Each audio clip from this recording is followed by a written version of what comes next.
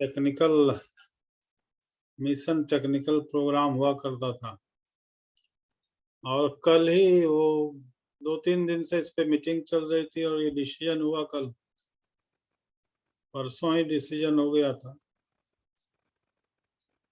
अब ये कार्यक्रम शिफ्ट हो गया है सैटरडे में। तो आज मुझे मौका मिला, मैं अपने जो ये लगातार सीरीज, एक के बाद एक सीरीज हम चला रहे हैं, इसको कंटिन्यू करने का। और आज एक एक्स्ट्रा दिन मिल गया हमको। कल हमने बातचीत जो की थी, पहले थोड़ा परिचय दे दूं, नाम हुआ DN मिश्रा। लगभग 24.5 साल तक मैंने सरकारी नौकरी की। आज से लगभग 17 साल पहले एज SDO मेरी पोस्टिंग हुआ करती थी बिहार के अंदर, पूर्वी चंपारण में। और तभी अचानक ये बिजनेस मेरी जिंदगी में आया। एज SDO में नौकरी कर रहा था, मेरी जो पोस्ट थी वो SDO की थी, जो एक बहुत बड़ा पोस्ट होता है, क्लास 1 रैंक का पोस्ट होता है। क्लास 1 नौकरी में करता था। ऊपर वाले की मर्जी से मैं इस बिजनेस में आया, इस बिजनेस को समझा, ज्वाइन किया, काम करना शुरू किया, सीखते गया, काम करते गया। लगभग बहुत बड़ी टीम है अभी पूरे हिंदुस्तान में, बहुत बड़ा बिजनेस है,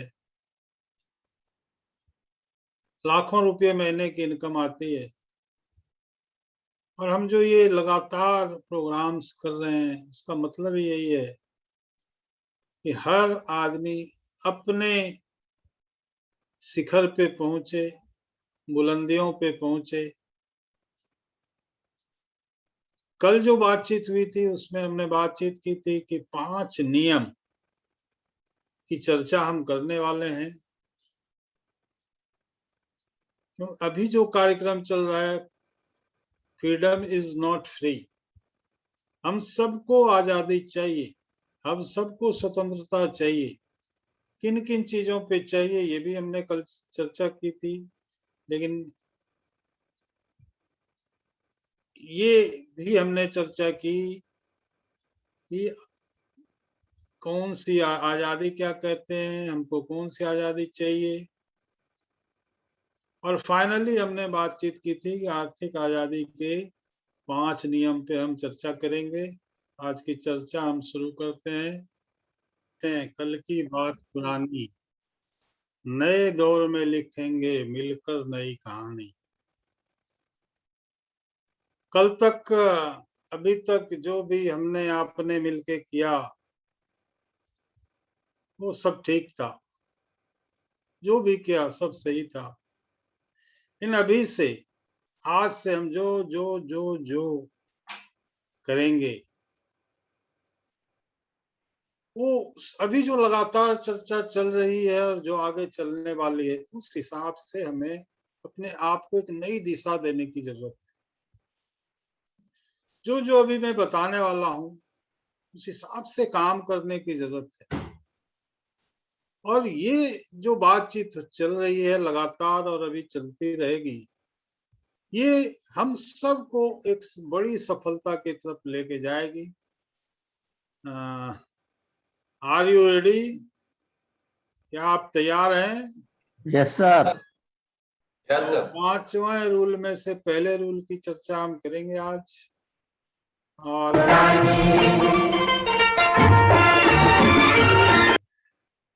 5 में से जो पहला रूल है कि you must find your why which makes you cry. आपको अपना क्यों चुनना पड़ेगा, पता लगाना पड़ेगा, ऐसा क्यों जो आपकी आंखों में आंसू ला दे।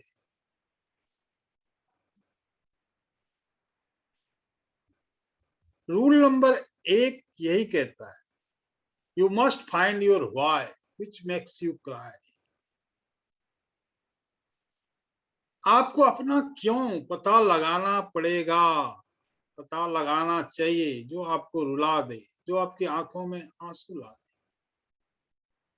मैं ये जो पहला रूल है, मैं इसको आपको पूरी तरह से समझाने की कोशिश करूंगा, क्योंकि रूल नंबर 1 आप समझ गए तो बाकी जो रूल हैं वो आप आसानी से समझ जाएंगे। बाकी 4 रूल आसानी से आप समझ जाएंगे। तो first rule is very very very important. ये रूल आपको मैं समझा पाया तो बाकी रूल आप ऑटोमेटिक समझ लेंगे। ये मेरे लिए भी एक चुनौती है। इस रूल को मैं आपके दिल, दिमाग, आत्मा, फेफड़ा, लीवर, गुर्दा जो भी है सब में मैं घुसा पाऊं। आप फिनेंशियली फ्री होना चाहते हैं, आप जबरदस्त जिंदगी जीना चाहते हैं, तो you must find your why which makes you cry. अपने जीवन में कोई एक ऐसा व्हाई ढूंढिए, कोई ऐसा व्हाई क्यों ढूंढिए जो आपको रुला दे, जो आपके आंखों में आंसू ला दे। You must find your why which makes you cry. कोई एक ऐसा कारण ढूंढिए आरसीएम करने का जो आपको रुलाए, आपकी आंखों में आंसू ला दे। एक बात नोट कर लीजिए आप अपनी डायरी में, जिसका व्हाई कारण मजबूत होता है आरसीएम करने का, वो हवा ढूंढ लेता है, वो रास्ता ढूंढ लेता है, वो रास्ता निकाल लेता है।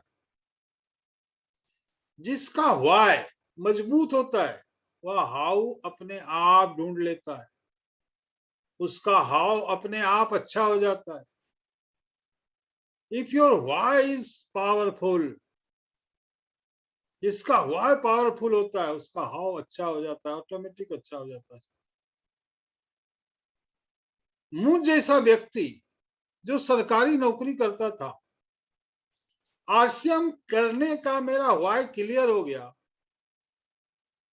तो मुझे सरकारी नौकरी भी नहीं रोक पाई साहब, और यहां पहुंच गया। तो मैं आपको आज कुछ बता पा रहा हूं, कुछ सिखा पा रहा हूं, वो इसीलिए कि मेरा व्हाई क्लियर हुआ। मेरा एक ही व्हाई था और वो आज भी है कि मैं बहुत सारा पैसा कमाऊं। मेरा क्या व्हाई था? मैं बहुत सारा पैसा कमाऊं। मेरा पहला व्हाई ये था कि जो कुछ भी मेरे माता पिता मुझे नहीं दे पाए वो मैं उनको दे पाऊं। मेरा पहला व्हाई क्या था? जो कुछ भी मेरे माता पिता मुझे नहीं दे पाए वो सारी चीजें मैं अपने माता पिता को दे पाऊं। मेरा पहला व्हाई यही था। जब मेरे माता पिता नहीं रहे, अब मेरे माता पिता नहीं रहे, लेकिन मुझे खुशी है मैं सब कुछ कर पाया। उनको पूरे भारत में 3 बार घुमाया मैं। शानदार शानदार, उस समय जब मोबाइल का जमाना नहीं था, बहुत मोबाइल महंगे मिलते थे, वो मोबाइल उनको दिया कि आप जहां जहां पूरे 3-3 महीने के लिए पूरा ऑल इंडिया टूर पे 3 बार भेजा मैंने। तो वो जो खुशी मिलती है वो, उसकी कोई आप तुलना नहीं है। मेरा दूसरा हुआ ये था कि जो मेरी पत्नी के माता पिता उनको नहीं दे पाए वो मैं अपने पत्नी को और उसके माता पिता को भी वो सब चीज दे पाऊं। मुझे खुशी है मैं वो सब कर पाया। अब वो भी इस दुनिया में नहीं रहे, लेकिन मरते समय उनके चेहरे पे जो संतोष था, जो संतुष्टि थी, जो चमक थी, इससे बढ़कर दुनिया में और कुछ नहीं है, कुछ नहीं। जो चीज मुझे बचपन में नहीं मिला वो मेरे बच्चों को मिलना चाहिए। जो कष्ट मैंने उठाए वो मेरे बच्चों को नहीं मिलना चाहिए, नहीं उठाए हो। ये मेरा दूसरा वाय था। एक वाय था हमारे जो माता पिता सास ससुर थे उनके लिए, और एक वाय था, दूसरा वाय अपने बच्चों के लिए। जो मुझे बचपन में नहीं मिला वो मेरे बच्चों को मिलना चाहिए। जो कष्ट मैंने उठाए वो मेरे बच्चों को नहीं उठाना चाहिए। ये मेरा दूसरा वाय था। मुझे याद है जब मैं छोटा था, गांव में बिजली नहीं हुआ करती थी। पिताजी मेरे बगल में बैठकर, हाथ वाला पंखा हुआ करता था, तब तक वो पंखा चलाते हिलाते रहते थे जब तक मुझे नींद ना आए। मैं कब सो जाता पता नहीं। मैं उसको कभी जिंदगी में भुला नहीं। मैं ज्यों ज्यों बड़ा हुआ बहुत सारा डिसीजन उसके हिसाब से लेता गया।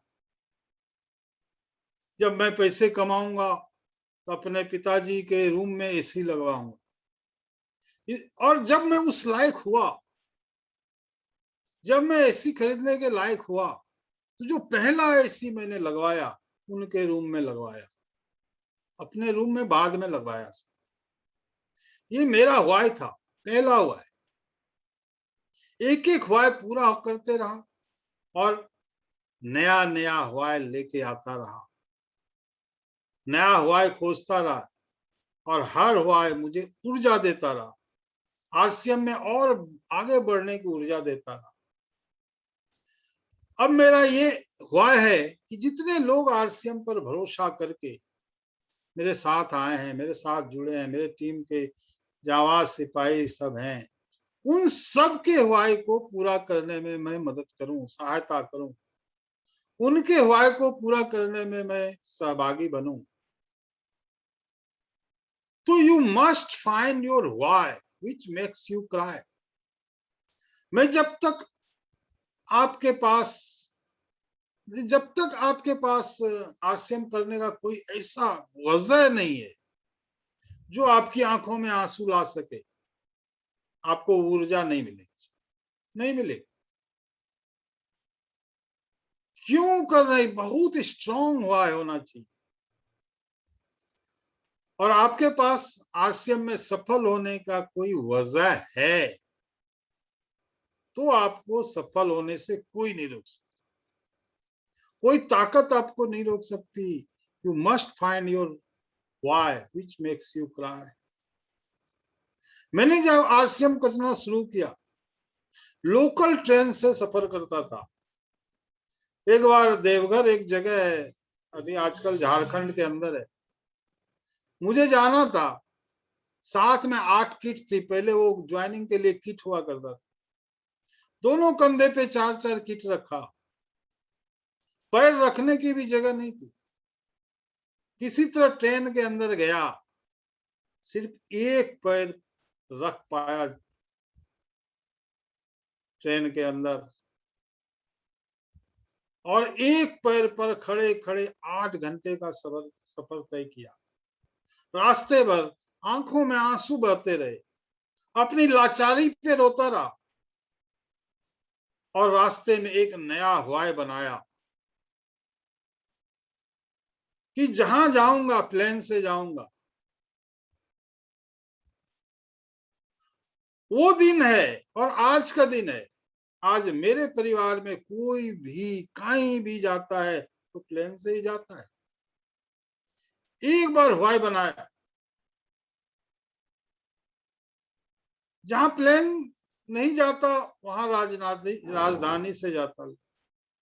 पहली बार जब मैंने अपनी पत्नी के साथ प्लेन का टिकट बनवाया तो मेरी पत्नी ने उन सबको फोन करके बताया जिसने नौकरी छोड़कर मेरे आरसीएम को करने के निर्णय पर उनको बहुत कुछ कहा था, बहुत कुछ सुनाया था और अक्सर सुनाते रहते थे।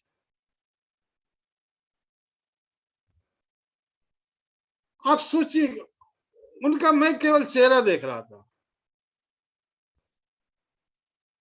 वो जिस तरह से बात कर रही थी, जिन्होंने उनको लगातार टोका था, ये क्या करने लगे मिश्रा जी, अच्छा भला इतना शानदार नौकरी छोड़ के। तो उसने फोन करके सबको बताया। और सबसे बड़ी बात कि जब उन्होंने सुना कि प्लेन से दिल्ली जाना है, पहले तो उनको विश्वास ही नहीं हुआ। जब उनको टिकट दिखाया तो उनके चेहरे पर के भाव आज भी मुझे याद, उनके आंखों में आंसू थे और उन्होंने सबसे पहले अपनी माँ को, अपने भाइयों को बताया, जो आरसीएम का सबसे बड़ा विरोधी हुआ करते थे उस समय। सबसे ज्यादा विरोध ससुराल पक्ष से हुआ था जब मैं आरसीएम में ज्वाइन हुआ था और करना शुरू किया। पहली बार जब राजधानी एक्सप्रेस का टिकट लेकर उनको बताया तो मैं एक टक उनका चेहरा ही देख रहा था। उनके चेहरे की खुशी मुझे और ज्यादा मेहनत करके उनकी खुशी को और बढ़ाने के लिए प्रेरित करती रही और मेरी आंखों में भी आंसू आ जाते थे। दोस्तों, आप मेरे इन परिस्थितियों को फील कीजिए और आप फील कीजिए कि आप भी अपनी पत्नी को, अपने बच्चों को प्लेन का टिकट दिखा रहे हैं। फील कीजिए साहब, आप भी अपने पत्नी को, अपने बच्चे को राजधानी का टिकट दिखा रहे हैं, आप लेके आए उनके लिए। आप फील कीजिए उनको कैसा लग रहा होगा उस समय, उनको कैसा लग रहा होगा उस समय जब आप उनको बता रहे होंगे कि राजधानी से जाना है, प्लेन से जाना है। महसूस कीजिए, फील कीजिए साहब, और अंदर तक लेके जाइए अपनी फीलिंग को। आज मेरे परिवार का कोई भी सदस्य कुछ भी डिमांड करता है, मैं एक बार भी नहीं पूछता हूं क्यों चाहिए, चाहे उसकी कीमत कितनी भी क्यों ना हो। इन सारी परिस्थितियों को आप फील कीजिए कि आपके साथ ऐसा हो रहा है। फील कीजिए, आप आरसीएम में सफल हो जाते हैं तो ऐसी परिस्थिति आपके साथ घट सकती है कि नहीं घट सकती? जवाब दीजिए, कोई घटेगी कि नहीं घटेगी साहब? Yes sir. जो जो परिस्थितियां मेरे साथ गुजरी, जिसकी चर्चा में मैं कर, निश्चित रूप से घटेगी। आप ऐसी परिस्थिति अपने जीवन में चाहते हैं कि नहीं चाहते? इस तरह कि आप अपने जीवन में परिस्थिति चाहते हैं कि नहीं चाहते? चाहते हैं तो पहले तो आप उसको महसूस कीजिए कि आपके साथ भी ऐसा हो रहा है। आप ऐसी परिस्थिति, अब ऐसी परिस्थिति आपके जीवन में आए, इसको ही आप अपना हवाई बना लीजिए। आप इमेजिन कीजिए ऐसा हो रहा, उसी को हवाई बनाइए, उसी के लिए हमको करना है। जिस दिन आपने अपना हवाई ढूंढ लिया ना, तो पर्ल, स्टार पर, एमराल्ड कुछ नहीं है, कुछ नहीं है उसके आगे। आपको जाना है उससे भी आगे, उससे भी आगे जाना है दोस्तों, बहुत आगे जाना है आपको। पर्ल तो पहली सीढ़ी है। आज शांति से आधा घंटा, 1 घंटा बैठिएगा और सोचिएगा आपका व्हाई क्या है। आरसीएम से पैसा कमाना है, ये कोई व्हाई नहीं है साहब।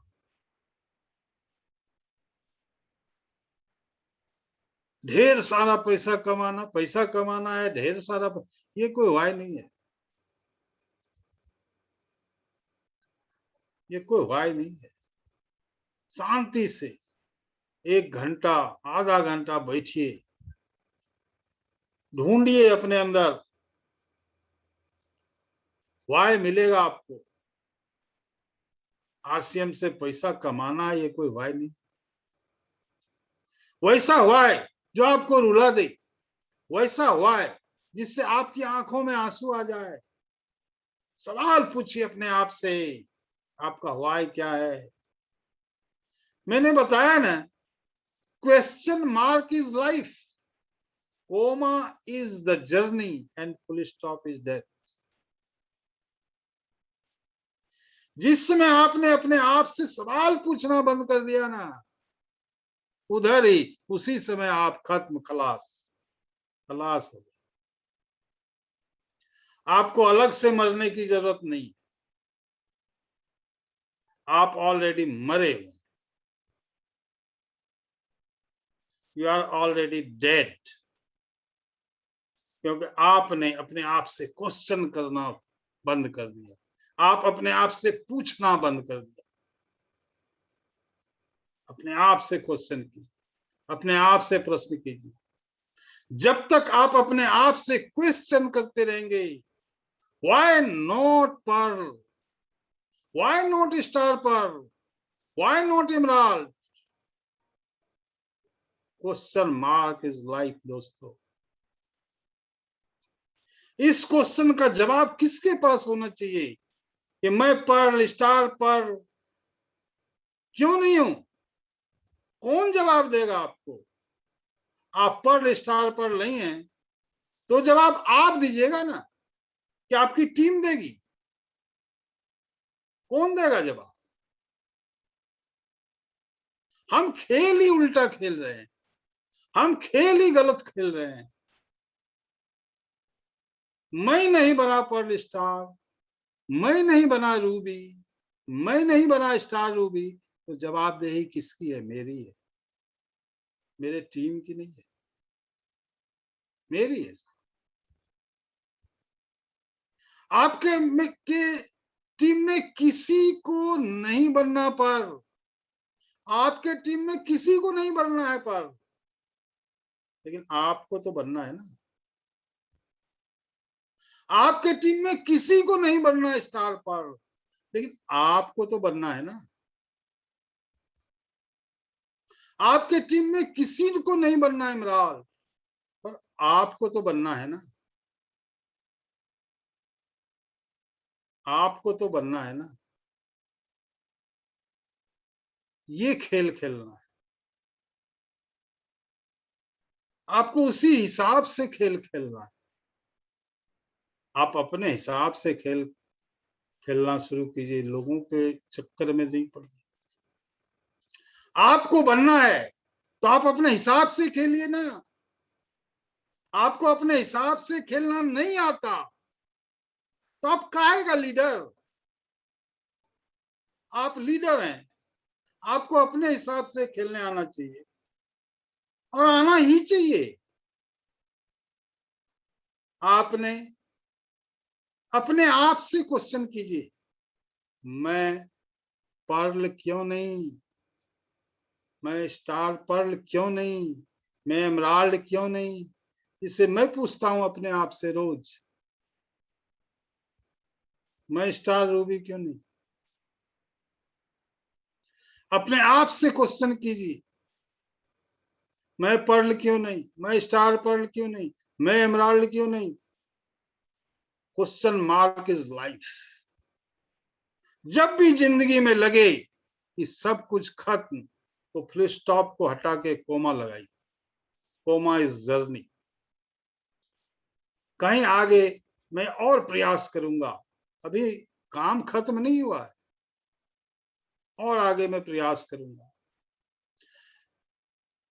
I will start again and again and again and again. मैं फिर से स्टार्ट करूंगा।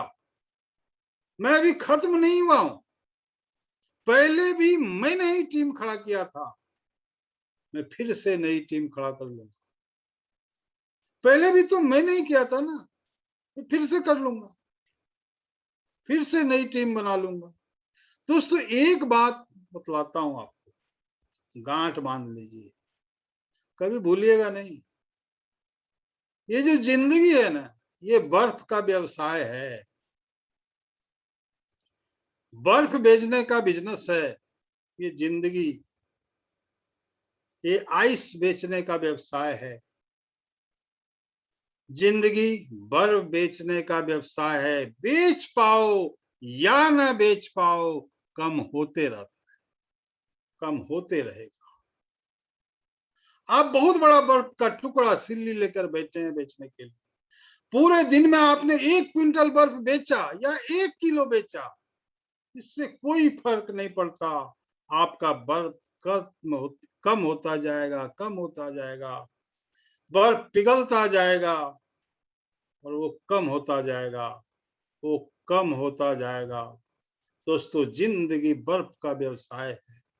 आप सफल हो या नहीं हो, आप सफल बने या नहीं बने, वो कम होता जा रहा है, वो कम हो रहा है, जिंदगी कम होता जा रहा है। इसलिए दोस्तों मैंने पहले से भी कहा है कि थकना नहीं है, लेकिन थकना है लेकिन थमना नहीं है। पहले भी मैंने ये आपको बताया हुआ इसी सीरीज में, थकना है लेकिन थमना नहीं है, थकना है लेकिन थमना नहीं है। थक जाएंगे, ये नेचुरल बात है, हम थक सकते हैं, शरीर है, हम थक सकते हैं, शरीर है, थक जाता है, लेकिन थमना नहीं है, थमना नहीं है दोस्तों। आप थक सकते हैं, आप थकेंगे, लेकिन आप थमेंगे नहीं। तो दोस्तों आप अपना एक ऐसा व्हाई ढूंढिए जो आपकी आंखों में आंसू ला दे, और आपको और उसको पूरा करने में आप लग जाइए। काम करते करते थक जाइए, लेकिन थमिए नहीं। एक व्हाई पूरा हो जाए, दूसरा व्हाई ढूंढ लीजिए और फिर लग जाइए, चलते रहिए। थकिए लेकिन थमिए नहीं।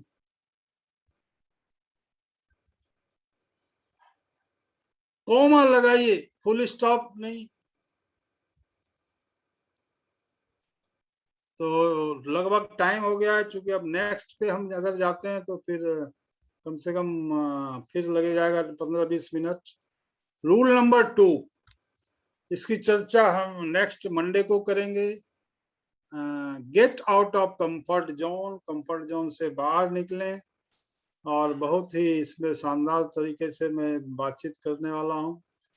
और इसके बाद आएगा learn and adopt new things as faster as you can।